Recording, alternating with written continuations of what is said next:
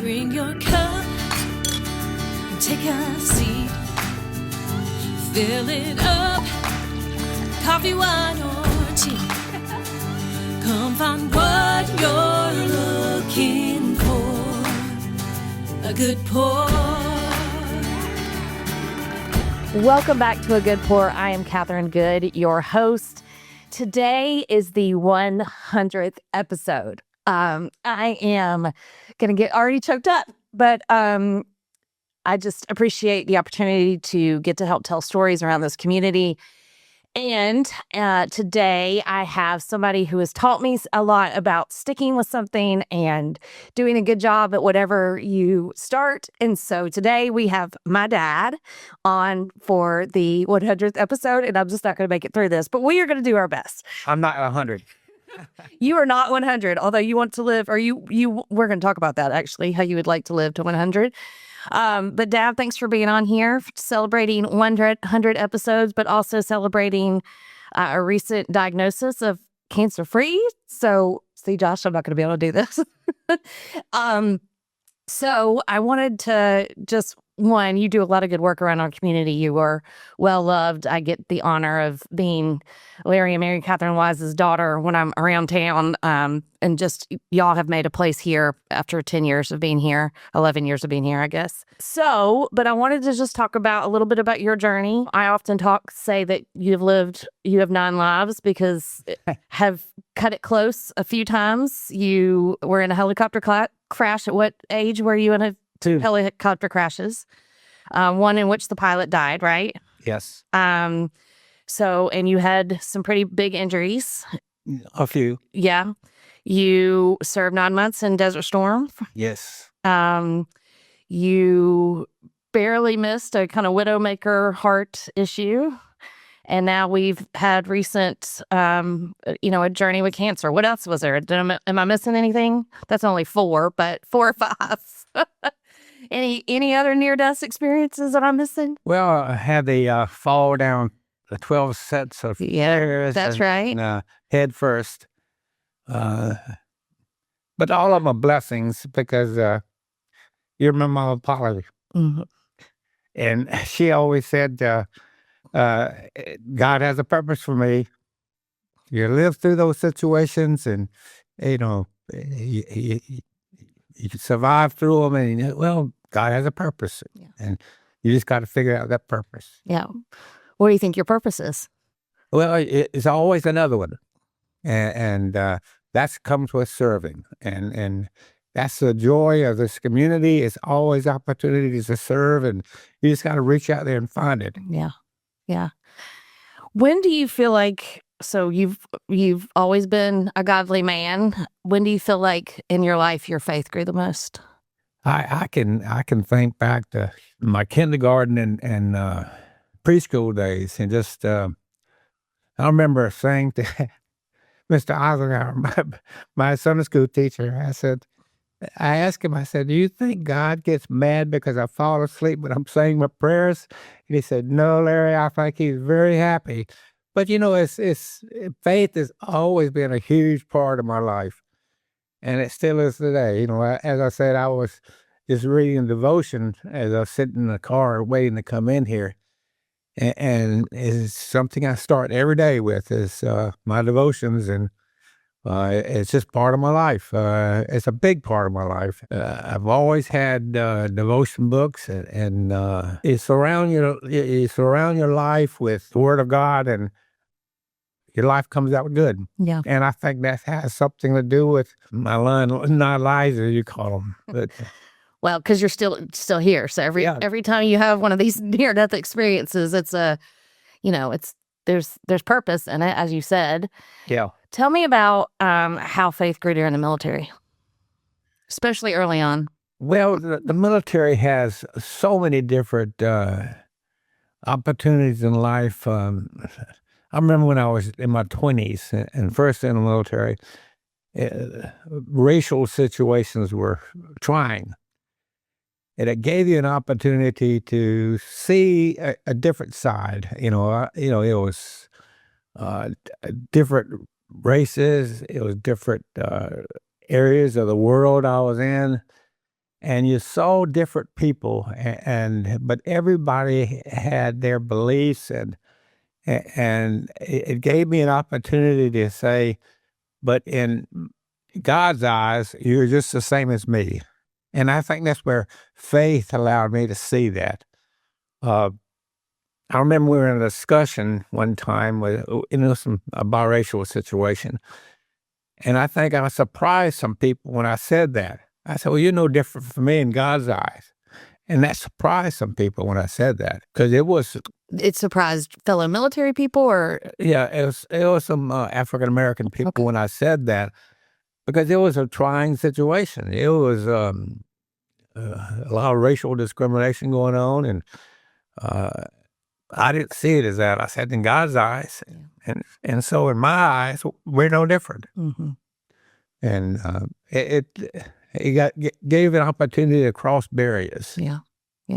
So you spent my 6th grade year. You spent 9 months in Desert Storm, away from your wife, and mom at that point was a stay-at-home mom. So you were in the reserves, not full-time active duty. So which meant, you stepped away from your full-time career to go and serve with 3 small children at home. And you're in a desert. What was faith like then? Well, I was also a plant manager with 150 people working for me, and it just never.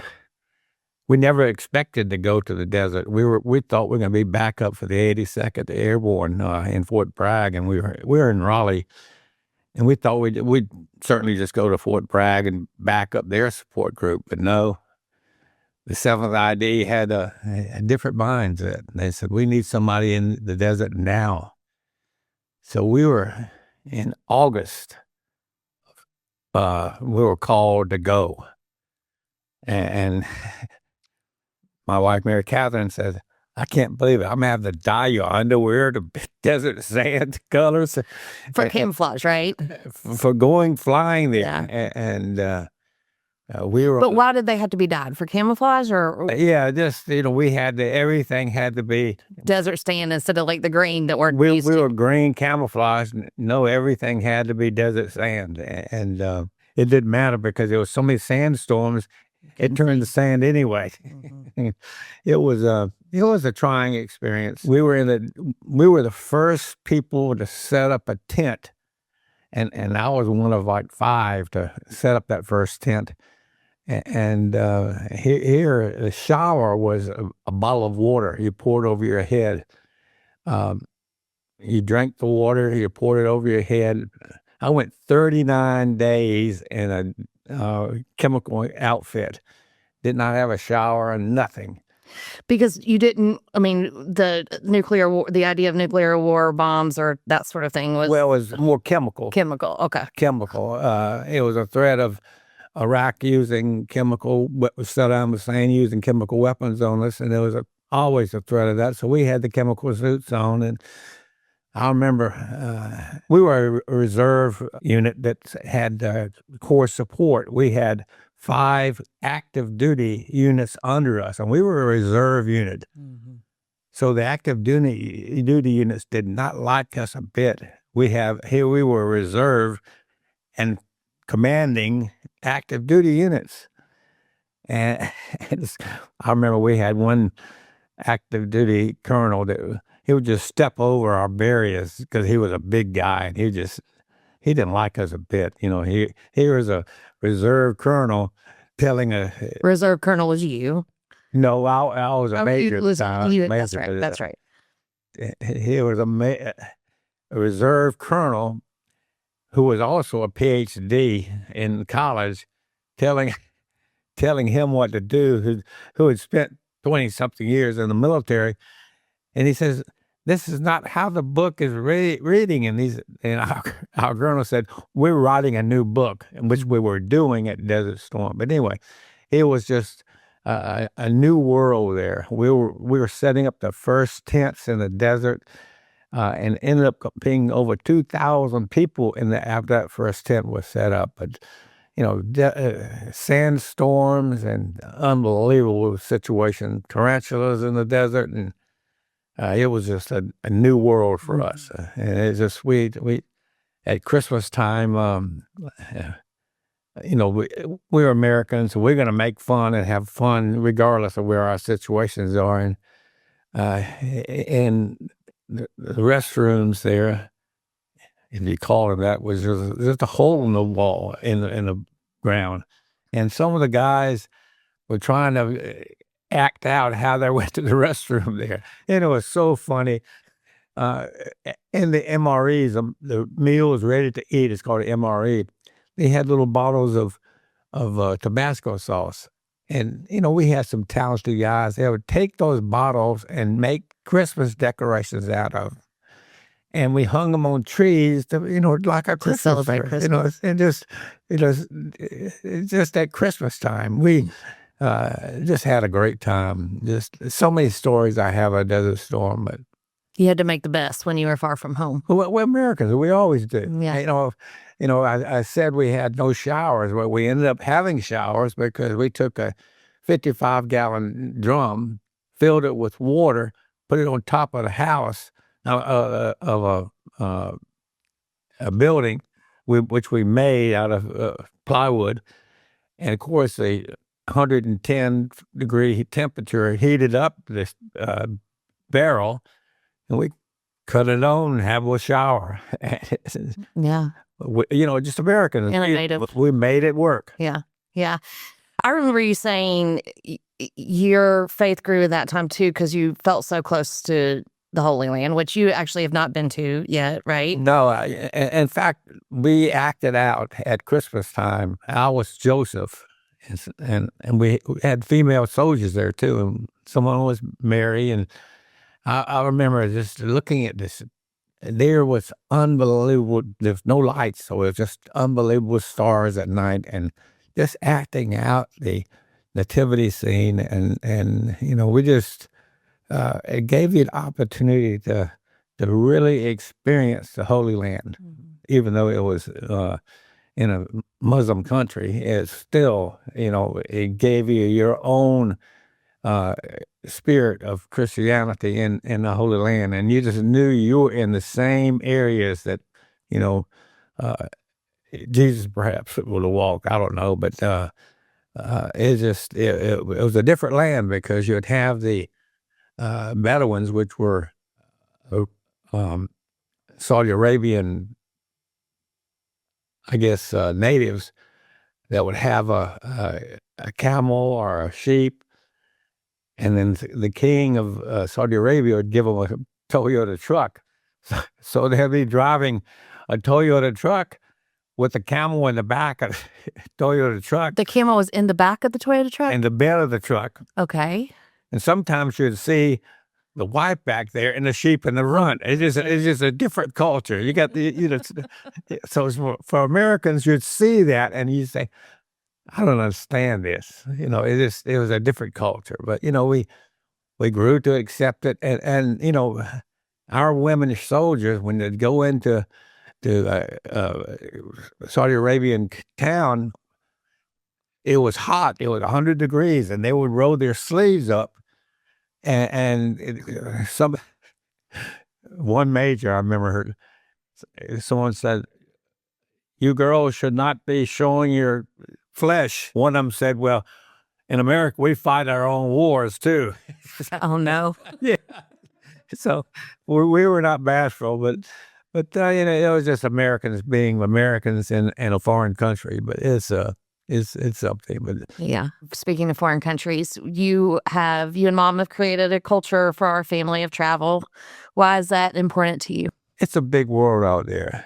Time I was 24 years old, I was flying in the Philippines or in Korea or Japan or Micronesia, just all over the world, and just to see these areas from a helicopter, low level, seeing these different areas, and then to be able to come back to America and just be thankful for where you grew up and for for the parents you had and be able to be raised in America, but yet be able to go to a foreign country. I said, I got to be able to show my kids and my grandkids other parts of the world. And I just always try to do that. Yeah, well, you've definitely done it.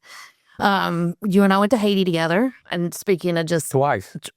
yes, well, you went. What did we go both times? I think you went without me once. Yeah, I went with some other guys. Yeah, you went without me once, and then we went together. And that kind of bottle up the experience. And being grateful to be home, but also grateful for the experience and knowing, seeing the joy that they have, even though they have far less than we do. But it's also fun to go to somewhere that's, to Europe and still have that thankfulness coming home that, and not necessarily to just because it's America, but just that one, we're able to travel, but two, our home and the roots that we have and the people that are in our community. And so it's a gift to be able to travel, but it's also a gift to come home. Well, coming home too always brings me back to my upbringing and how I always brought up my parents and they never traveled. I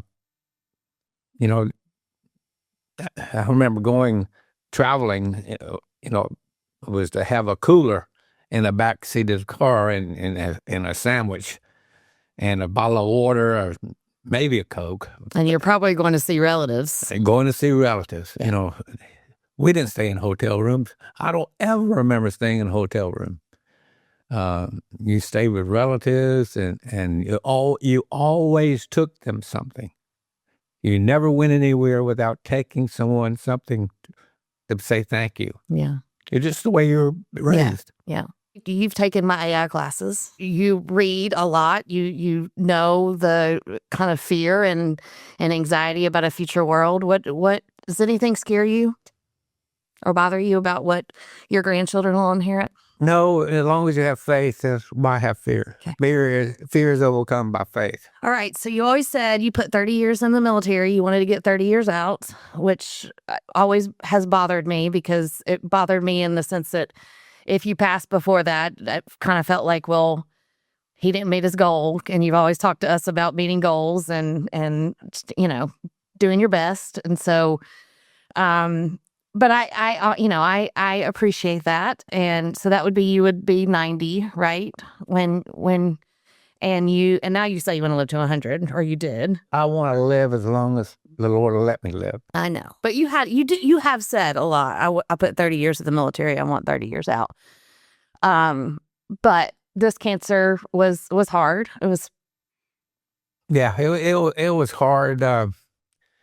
It makes you think, life is precious. And when you're cold and you know that this thing called cancer is got a grip on you and you don't know where you're going with it and you're spending time in prayer, you got to just give it to God. And I was blessed and he gave me a different outlook and I still got on my desk, on the whiteboard on my desk, I got reasons I want to live to 100.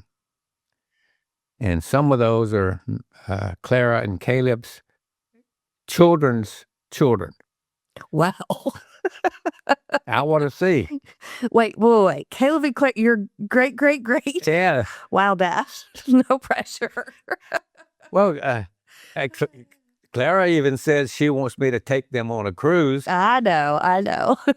A Disney So cruise. I'm dreaming with them. All right. I like it.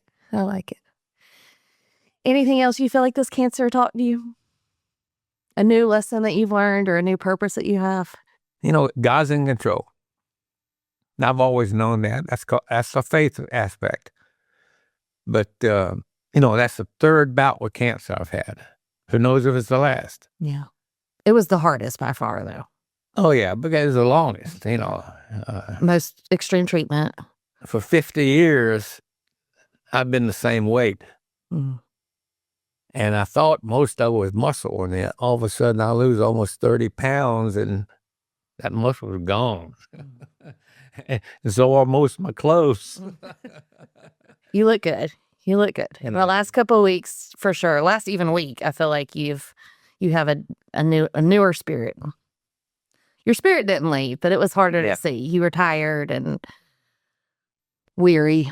Yeah, I look at some of those pictures. I said, "Who is that guy?" Wow, you're doing great. All right, I have a surprise for you. Oh my! Do you know what these are? Probably some letters from Desert Storm. So this one you wrote to me on my 12th birthday. Oh my gosh! So you said, "Darling, above all, be happy. Stay loving and enjoy each day. Find love by being loving. Receive help by being helpful. Receive smiles by smiling. You have it all, my love, so use your many talents." And I remember people used to call you Smiley. They did. They sure did. I think that was after that letter was written. Yeah, it was. That was in Johnson City. Yeah. First Presbyterian Church. All right, this one you wrote to me on my 16th birthday. Oh my gosh, this is when you went to Italy. Well, I went to Italy the summer after, so this was before. So I think this sums you up very well. "As you know, I am a man of great expectations. I expect so much of all people around me, and I expect so much of myself. My expectations, unfortunately, blur the happiness and thankfulness that I truly feel." Why do you think you wrote that? My expectations, unfortunately, blur the happiness and thankfulness that I truly feel.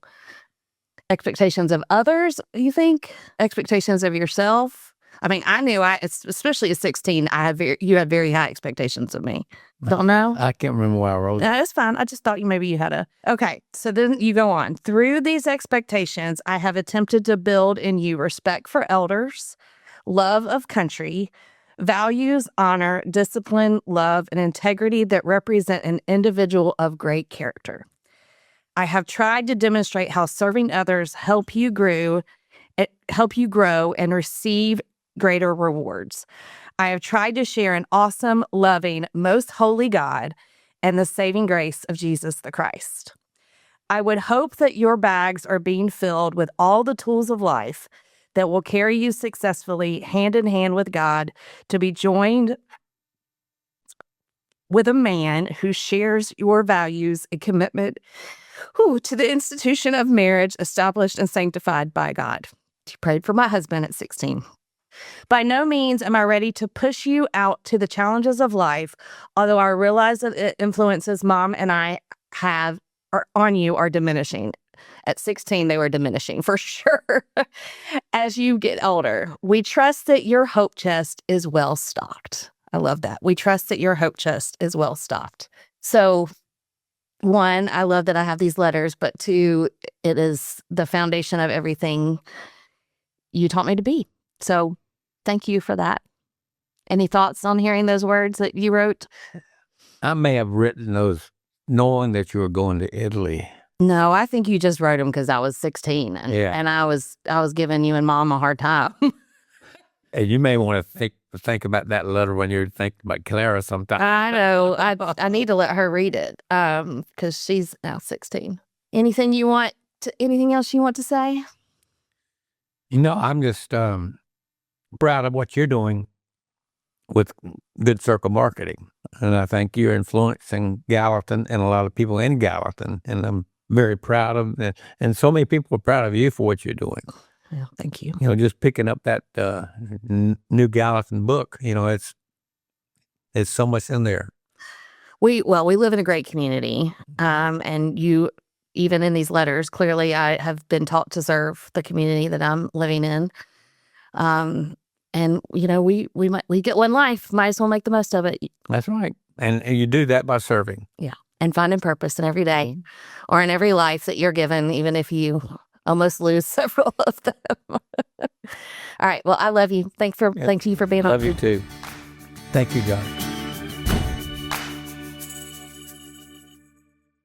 Hey there, it's Kathryn. I just wanted to take a minute to thank you for 100 episodes of A Good Pour. When I started this, I had no idea that we would be 100 episodes in. This summer, we're actually going to be taking a different turn. We're going to do a summer of good AI, and we're going to be talking to people that are using AI and using it for good ways. I'm excited to see what we all learn in this journey. I also wanted to just take a minute to thank Hannah Lau for making our poster. It even has a Good Pour logo on it. And so thank you, Hannah, for doing just an awesome job and for being a cheerleader of community and using your talents for good. Love you.